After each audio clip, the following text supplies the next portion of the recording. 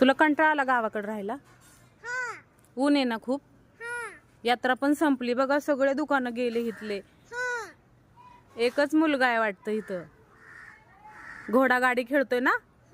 तुला खेळायची? आपण जाऊ थोड्या वेळाने. सगळे दुकानं गेले आहे ना रे. आता आपण पण घरी जाऊ पुण्याला.